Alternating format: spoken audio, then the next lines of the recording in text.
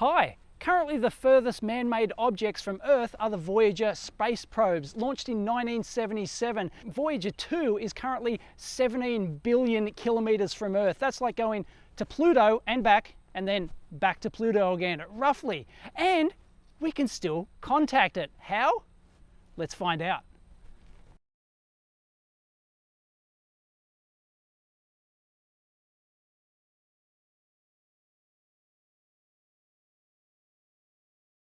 So what does it take to track Voyager 2? A big antenna. So in the case of this 70-meter Deep Space Station 43, so we can track on smaller antennas. We have a couple of beam waveguides that are 34-meter, but if you want a nice signal with a lot of margin, you pick a big antenna. So looking at it, you've got 8,000 tons, 4,000 below the bearing, essentially 4,000 tons at swivel. It's all hydraulic. 43 is a hydraulic antenna, and it uses a unique platform called a hydrostatic bearing. So there's no friction. So the whole antenna that moves rides on a film of oil 7/1000 of an inch thick. Pressurized to 2,500 psi, it just lifts it a tiny amount and it slews round. At the moment we are looking at Voyager 2 we're tracking now.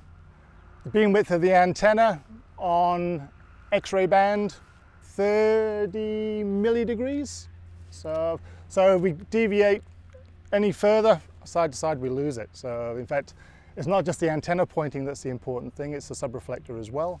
The subreflector sort of moves on all axes, and we actually have calibration tables that, so as the antenna goes down, we have a squint factor where essentially the antenna will sag, and it has to be compensated for as well. Now that's just the antenna side, so we have, obviously that has to be extremely accurate. Then we also have the RF side, and that's where the interesting stuff comes in. The antenna's pointing up, surface of the dish, classic parabolic, classic Cassegrain, where it bounces off the dish surface, hits the subreflector, and then is reflected down into the cones.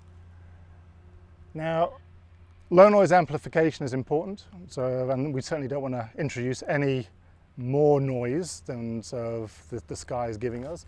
So we cool it, and all our LNAs are cryogenically cooled, about a tropical 4.5 Kelvin. So you get rid of the noise effect there. In fact, the whole system noise temperature of one of our antennas, so if you look from the cone to the receiver itself, is probably no more than 19 Kelvin.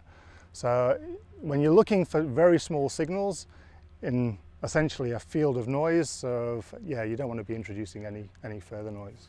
If you look at what we are receiving, so strange enough, Voyager isn't the weakest signals. You expect it to be because it's so far, and it's our weakest signal, but it doesn't really work like that. Voyager is weak. We probably have around about -158 dBm, but we do have lower. Voyager has a nice big high gain antenna. So we all have a number of missions, and I'll give you an example. So we have Kepler, which is literally just outside of our atmosphere, and it's looking for exoplanets.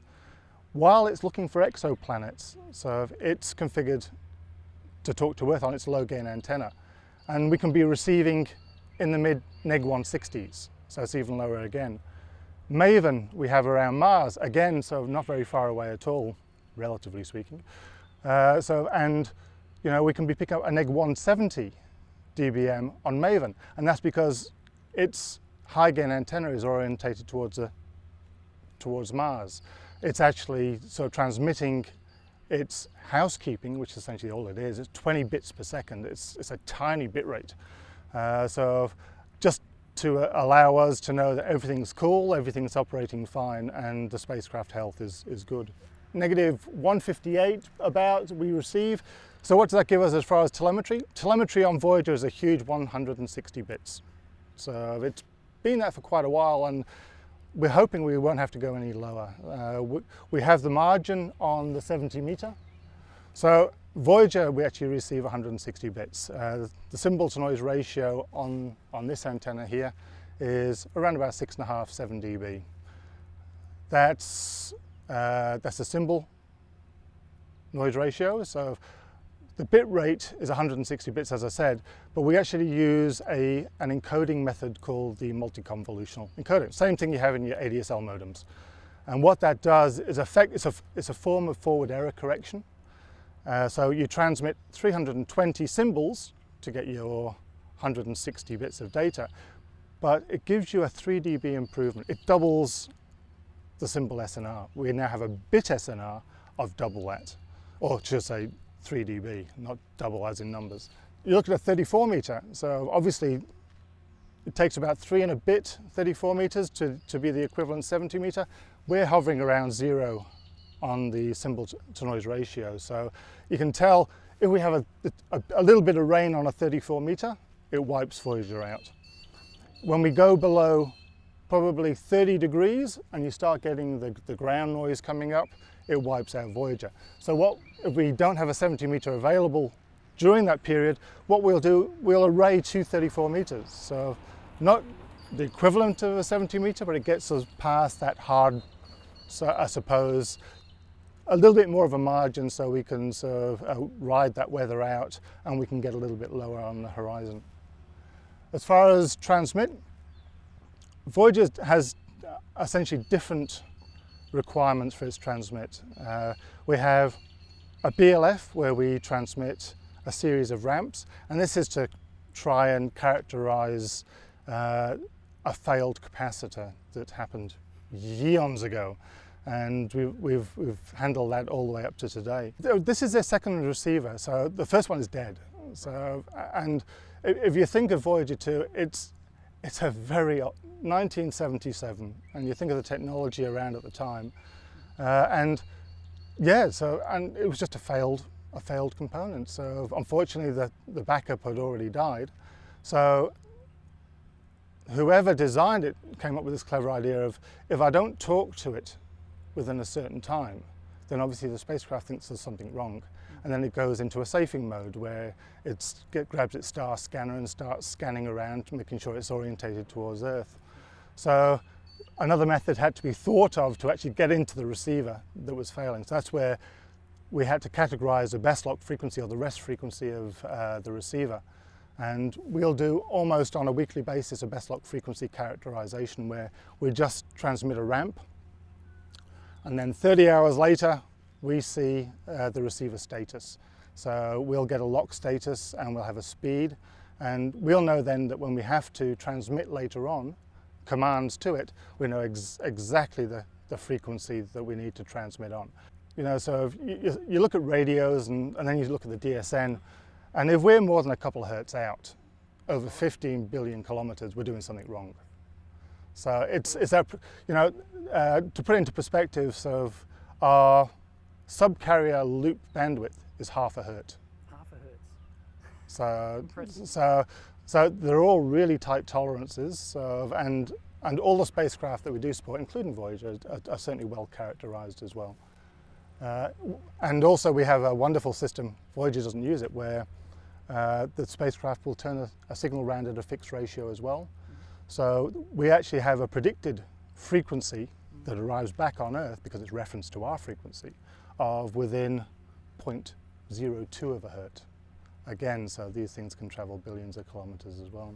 Very impressive. So we uplink, so we have an 18 kilowatts, and that allows us to send a no-op command. So every now and again we'll send a series of commands, which are essentially just commands saying, you're happy, just reset that timer and we'll talk to you another time. And we compensate from the failed capacitor by just retransmitting that same command. As we start ramping those frequencies, we'll just keep on transmitting it. If one gets in, that's all we need. With uplinking commands, as far as a sequence, where we're actually telling it to do a mag roll or some other form of calibration, we can't rely on luck. So what we'll do then is we'll characterize the best lock frequency, but we'll transmit 75 kilowatts. We'll get that margin into the spacecraft so that receiver can hang on just that little bit further, And so far, it seems to be a successful method, and it has been for the last 20 years. If you look at weather, the impact of weather, which is really a good way of characterizing where we drop it off, and you talk about system noise temperature. So normally I say we're about 19 degrees. If we get a rain shower, that signal, the SNT, the system noise temperature, can raise to around about 90 Kelvin and above. And we'll see that 7 dB SNR just disappear to zero. Right. So rain is a big factor here. I should point out with Voyager as well, it has two frequencies. So we receive on X, but we transmit S. So completely different systems. In fact, one thing you can't see is we have two separate cones. And you'll see we have an S-band cone and an X-band. And you go, well, hang on, so how do we focus on both cones at the same time? Well, we use a dichroic mirror. Ooh, so a dichroic mirror. Think of a band pass filter. So it's a piece of hardware.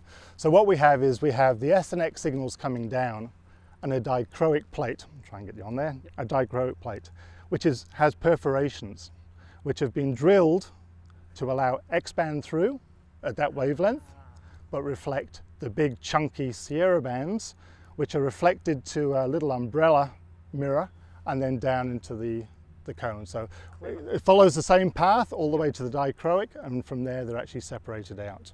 Think of not so much signal level, think of Kelvin. It probably adds 2 or 3 Kelvin.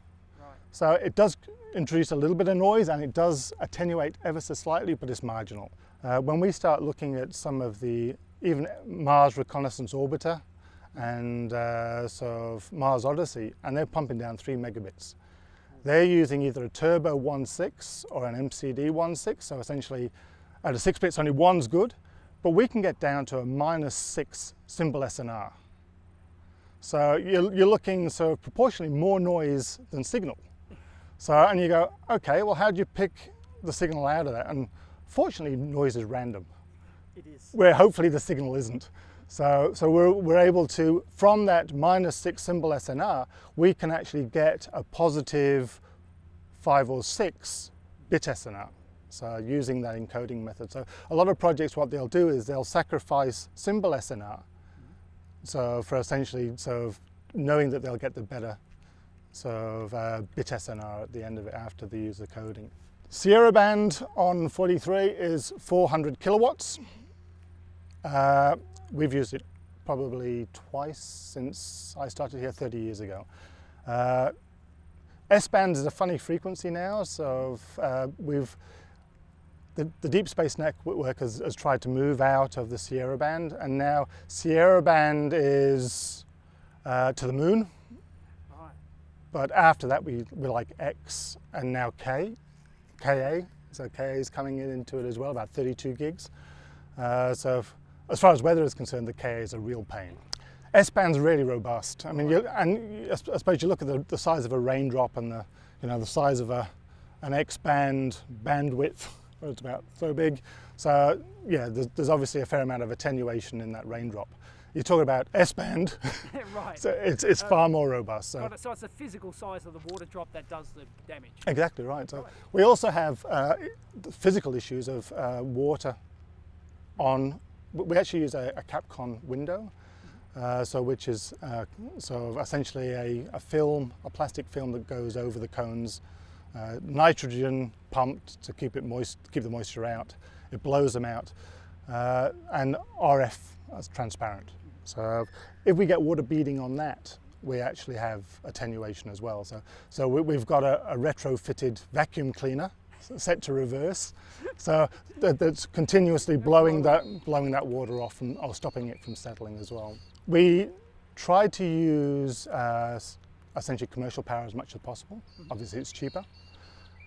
We have recently gone to a 3 megawatt up system, which can take us to 3 minutes.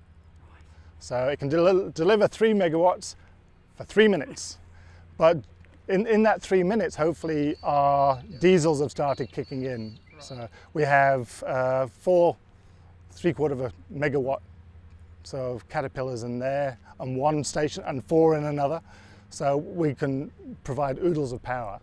But yeah, we tried to use commercial and on that 3-minute ups, and but we always had the backup with the diesel. In fact, so when we go to level ones, and for us a level one is anything that involves encounters, landings. So for instance, when MSL hit Mars, well, gently, and not like Beagle, that hit Mars. So,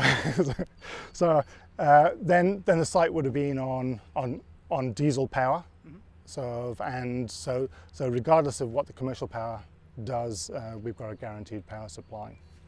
If you look at the DSN, you know, we're here to essentially to establish that connection between the project and their spacecraft. Voyager was launched in 1977. The Deep Space Network has supported it from launch. So you know, I still have colleagues who can remember that launch now. So I'm a relative newcomer at 30 years. So we actually have a guy who's 15 years, and he's said to be here dog watch. So and he was the last recruit. So Voyager's a special spacecraft for the entire DSN. The fact that Canberra has the only visibility makes it even more special. We do have sight of Voyager 1, and every time we go down on Voyager 1, it's like it feels as if we're poaching. Right. So because nobody can see our Voyager 2. So Voyager 2 is definitely a Southern Hemisphere spacecraft that really belongs to Canberra. So we have a vested interest to make sure that it lasts. And whereas Voyager 1 has exited into interstellar space, Voyager 2 isn't there yet. So we're still waiting for that milestone as well. So with Voyager 2, there's still an element of anticipation. So, and you know, you think of a spacecraft that's just going out and out and out, doing nothing. It's not. It's still an active spacecraft. You know, so on a regular basis, it's doing calibrations that we're monitoring on Earth. So, you know, when it calibrates its magnetometer in what they refer to as a mag roll, where they spin the gyros up a couple of days before and they rotate the entire spheric antenna around, and then they'll do it again. And we actually see that variation on the downlink as well. So, and here we are 15 billion kilometers away, and you really do feel a part of it. So even though you're separated by an awful lot of space. What we have for the future, Voyager was launched with an RTG, and as far as a power source, which means it has little pellets of plutonium that have a half-life of a fair way. I think that's 70 odd years, I think, for plutonium. Unfortunately, the RTG themselves are starting to break down, so it's not the plutonium that's the issue, it's essentially the transducers. So we can't see us tracking Voyager beyond, say, 2025, which is still a fair number of years. And we're still hoping that it'll hit interstellar space sometime within that. I'd hate it to lose it, and then suddenly it found it. And 160 bits, we can still go further down. Right. We can still go down to 40 bits. 40 bits per second. 40 bits per second. So, in fact, it does that now. So when it does changes on board, and it does equipment swaps, it will go down to an engineering 40 bits. And we're talking about the paint drying. So 160 bits takes probably about 3 or 4 minutes to lock. Right. So 40 bits, you know, you're pushing it out a little bit further. Actually, talking about Maven, the 20 bits, it can be anything up to 14 minutes to lock. So it's after 13 minutes, you find there's some issue with configuration. It's a long wait to get to that second frame. So that can be an issue as well. So now Voyager is quite special for the Deep Space Network, and so you know other spacecraft will come and go, but that's the one that's going to endure. Special. Did they design it to last that long? Did they think it would? I suppose by its nature, the fact that it had the RTG meant it could. Right. I honestly don't believe they thought it would. You know, you look at the primary missions that they had, you know, Saturn, Jupiter. After that, it was like woohoo! Yeah, bonus. So it was, and the fact that they actually got one shooting out to the south and one shooting out to the north of the ecliptic, so it gave a little bit of diversity as well. And so, you know, not so much for Voyager 1, but Voyager 2 had the secondary encounters, and they just kept on going. Sad thing, we went in the right part of the space to do Pluto. Right. But you know, the Uranus and Neptune encounters were quite special as well. you.